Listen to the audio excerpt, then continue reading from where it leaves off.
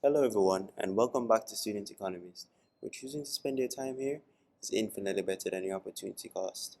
Today we'll continue the second part of the playlist, which is our series on paper 1 for Economics Unit 1. And right here we have the 2021 paper. And let's begin. Which of the following situations is most likely to result when there are limited resources? A. People must make choices. This comes from the basic economic problem of scarcity. Scarcity meaning that there's an inequality between the unlimited human desire and finite resources.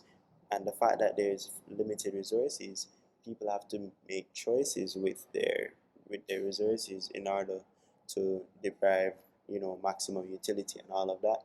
And that leads to like opportunity cost and choice. So that's what answer is A. 2. Consumer surplus may be defined as B, the difference between total utility and total spending.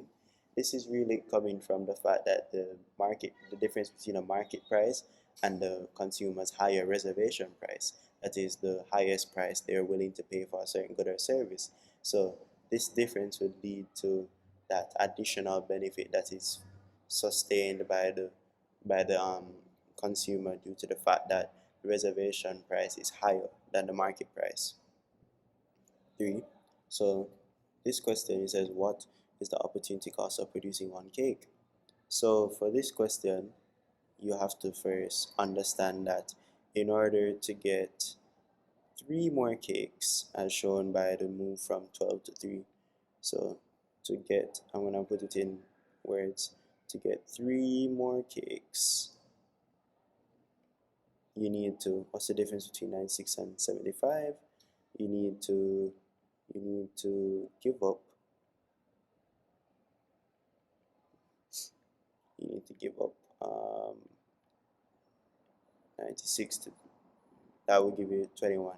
So you need to give up 21 breads, right? So now we put it in a ratio. We can say 3 cakes to 21 bread, and we're trying to find out how much to produce 1 cake, how much bread you need to give up. So we put that in a ratio right there. Right there, you scroll down. End up doing some type of inverse proportion where you go 3x 21 x is equal to 7. So that's how you end up with 7 loaves of bread being given up to get 1 cake. Okay, 4 says a production possibility frontier that bows outward indicates A. That's a concave PPF. So it looks something like this. It bows outwards because there is increasing opportunity cost, because as more of one good is produced. Yeah, so that's A. So as you go down the curve, more of one good is given up in order to produce the same one good. So as you go down, more and more is given up. 5, it says, which of the following measures is an example of a price ceiling? As we saw it in the 2022 paper, it has to be rent control, because this would be a subsidy and this would be a tax. So these would have implications on the supply curve, and this would really be a price floor. Let's say PF, a price floor. Which of the following areas indicates consumer surplus? As we said before, the difference between the market price and the reservation price. So this distance here, and then we'd go about by saying this is P U T. So that's put A. 7. It said what's the most likely reason for the fall in price from OP1 to OP2? So we see that there's a shift in the supply. It's a rightward shift from SO to S1. So this will give us an increase in supply. And so due to the increase in supply, this is what causes the decrease in price. Okay. Which of the following segments represents a short-run supply curve? This runs from E to H. So that would be C. Okay, we saw this in the 2022 paper. An increase in the price of yam is most likely to result in D, a movement along the demand curve from point X to Y. So as we said, a law of demand says as price increases, quantity demanded decreases. So as the price increases from 20 to 30, the quantity demanded decreases from 2 units to 1 unit. 10 says the firm is presently produces at point X, so they presently produce here. What is the most likely change if the firm decides to produce at point Y? So as you can see, to produce at point Y, you're going to have an increase in consumer goods by 8, and you're going to give up about 5 capital goods to get to Y. So let's see, so you're going to have a decrease in capital goods and an increase in consumer goods. And that's what B says. There will be a decrease in capital goods and an increase in consumer goods. The answer is B. Okay. Which of the following indicates production? Optimum production. Optimum production occurs where there is no excess capacity. No excess capacity, right? No excess capacity refers to when the firm produces at minimum, what do you call it? Minimum production cost. I'll just shorten that. Minimum production cost. So that's where the firm would possibly produce at 3. Let me erase this so you can see where 3 is. 3 is really at the minimum of the AC curve, so that is where we would have minimum production costs, so right at the minimum. And then we say, assuming that a firm is earning normal profits, at what point will marginal revenue equal marginal cost? And this was where we brought in that curve right there, the MR curve right there, to say that, hold on, we brought in the MR curve to say that the normal profits are happening, because this is where the average revenue would be equal to average cost, because right here they have the intersection right at 3, and at 3 MR is equal to MC under perfect competition. So that's why we chose 3 right there. Okay, which of the following production possibility frontiers indicates constant return? So constant return looks something like this. So let's look for it. And you see right there, let's answer D. 4. Using the formula for point elasticity, calculate the cross elasticity of demand between chicken and beef if the price of chicken increases from 20 to 25. So again, we're looking at the same question from last 2022, where you're going to have to do new minus old over old times 100. This would end up giving you, I believe, 200%, right? And this is the change in quantity demanded. And then the change in price now would go from 25, 20 over 20 times 100. And this would end up giving you 25%. And then now PED, hold on. So PED would mean that it would be, PED would be the change in quantity demanded over the change in price, and then this would end up being 200% over 25, which would end up giving you the 8 as your PED. And as we can see, that is a highly elastic cross elasticity of demand. So they're highly substitutable substitutes.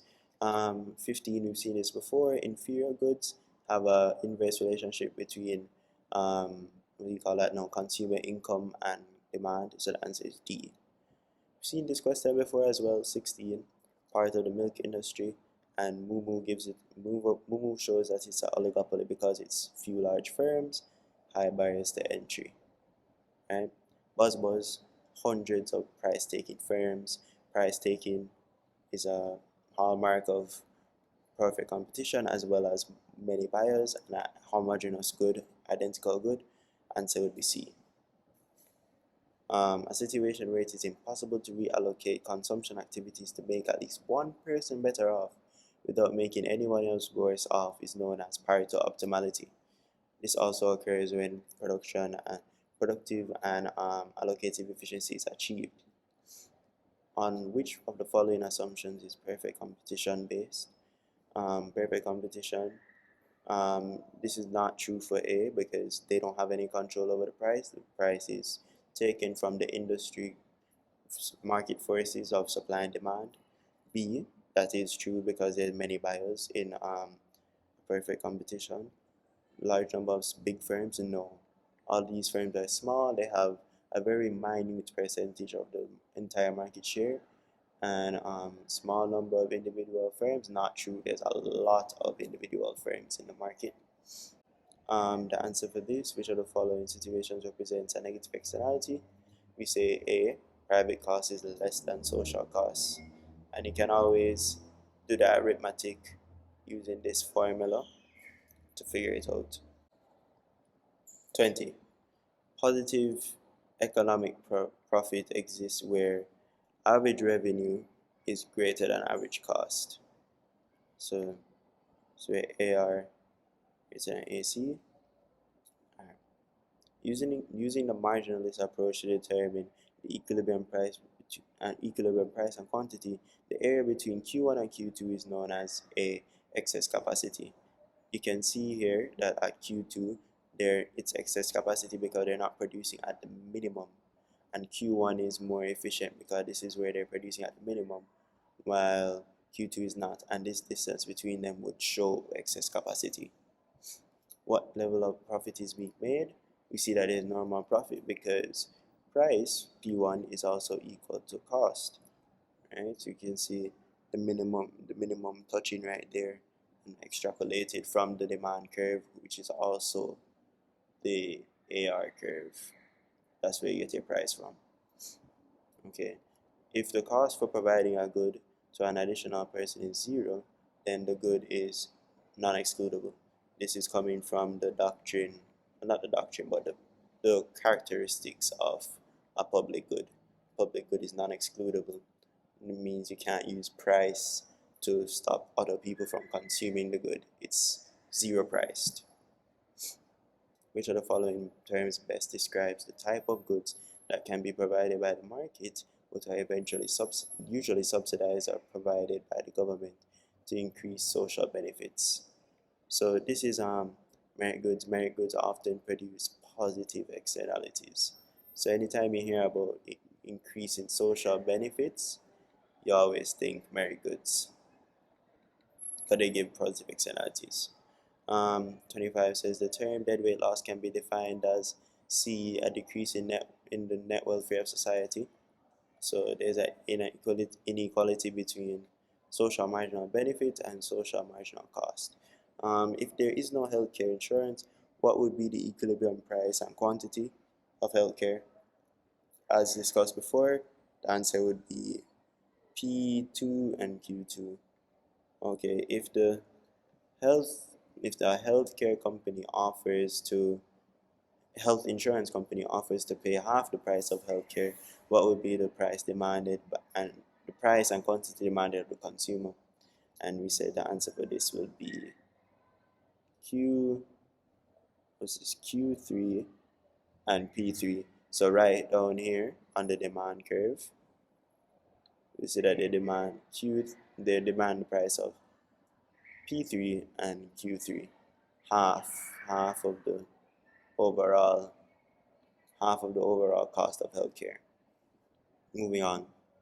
So which of the following areas represents deadweight loss to society if production is at level G?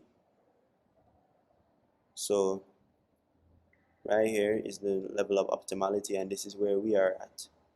Right? This is where they're producing at G. So the difference between this area will be found up here. Let me use a different color. The deadweight loss will be found up here. The difference between the production and where it is truly socially optimal.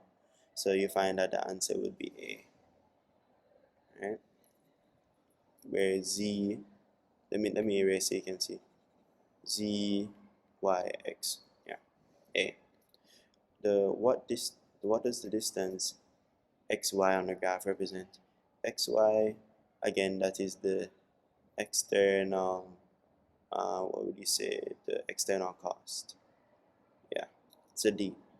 Based on the size of the Herfindahl index for the data of the table above, what would the market be described as?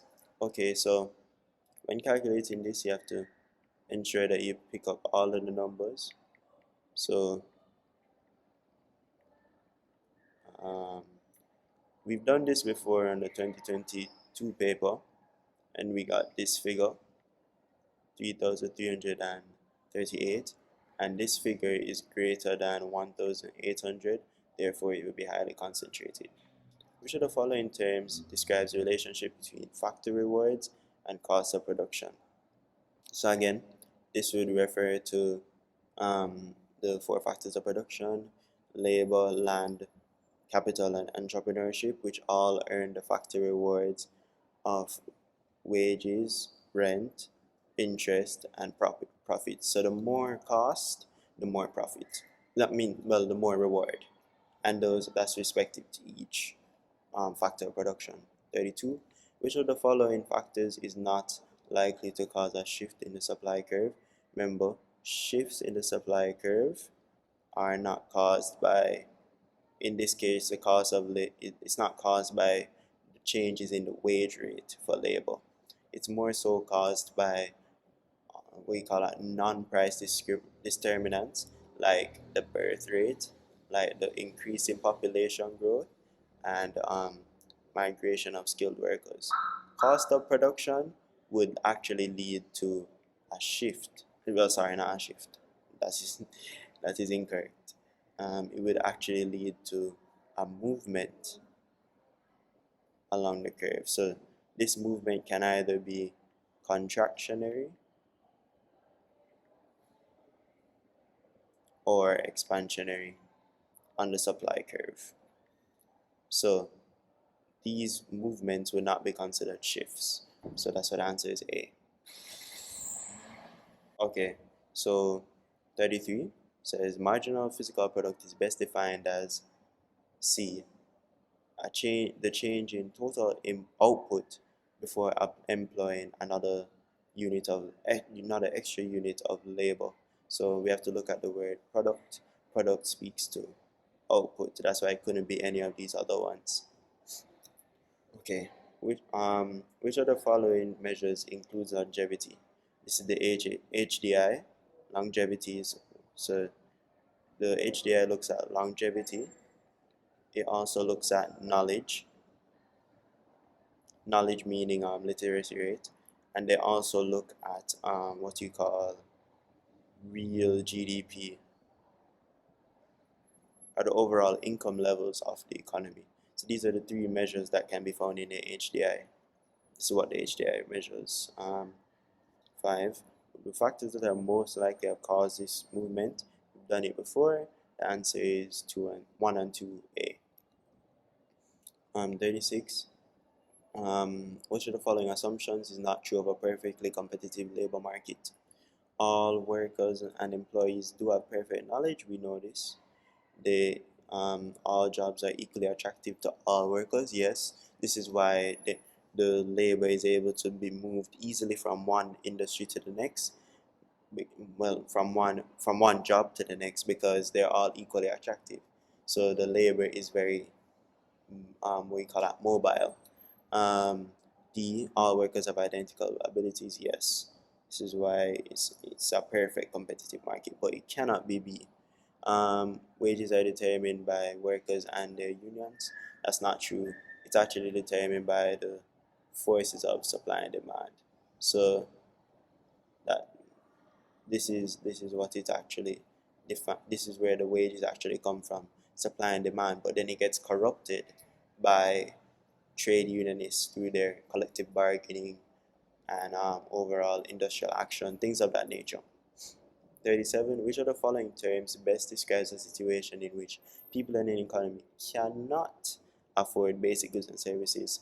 This is where we're talking about absolute poverty. C. The demand for a factor of production is a derived demand. That means that the demand for the factor comes from the demand for a product that is made from that factor. So we're talking about maybe the demand for teachers, as we've seen in that question before. The demand for teachers is really demand from that demand for educational services. But you can't just get educational services, you have to demand teachers first. And the teachers by themselves aren't really the product that is utilized by the end user.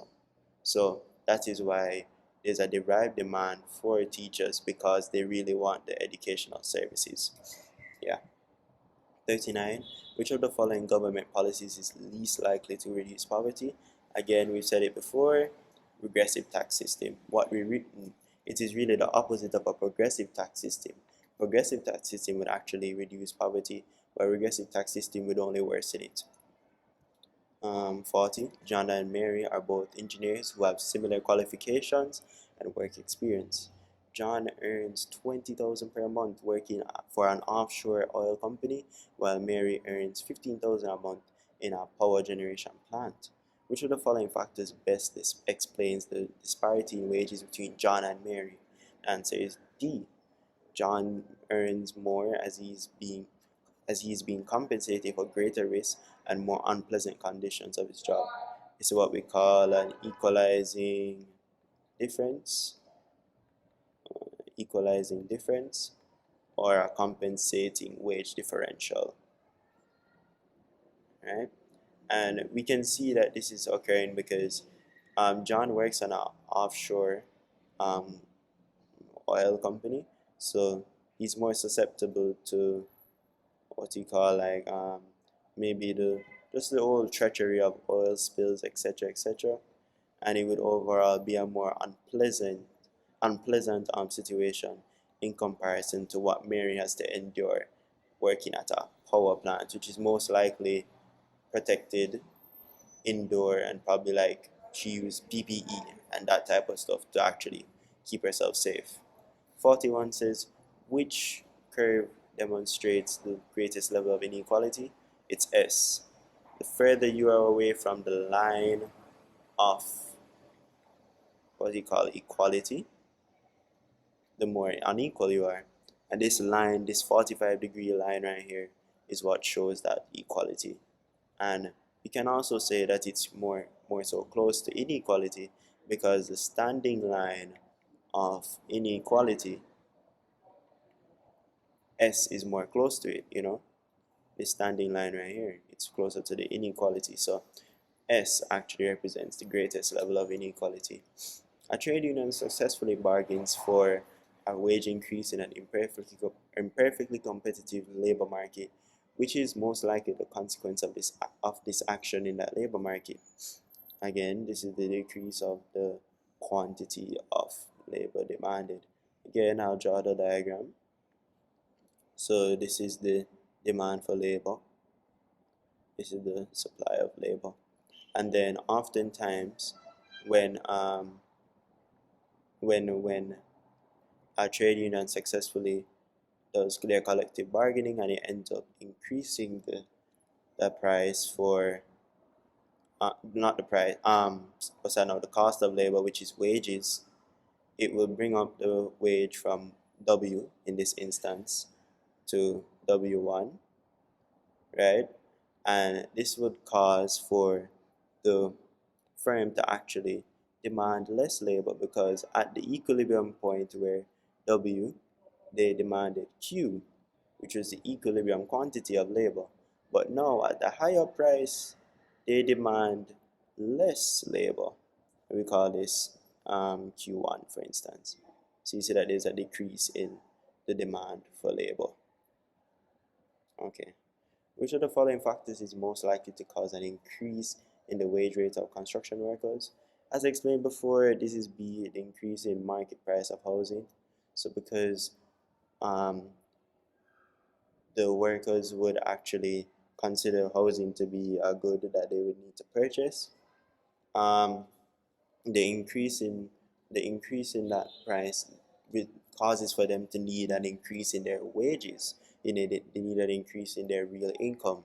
So this increase in their real income is needed to offset that increase in the cost of housing. So that's what the answer is B. 44 says a shift in the demand curve from DD to D1 will result in a decrease in economic rent. And lastly, which of the following represents labor supply? And this is represented by B, which is AB. And just like that, we reach the end of this paper. So I do hope that you have learned something from this. Please remember that the cost to learn is zero, so raise the demand for excellence.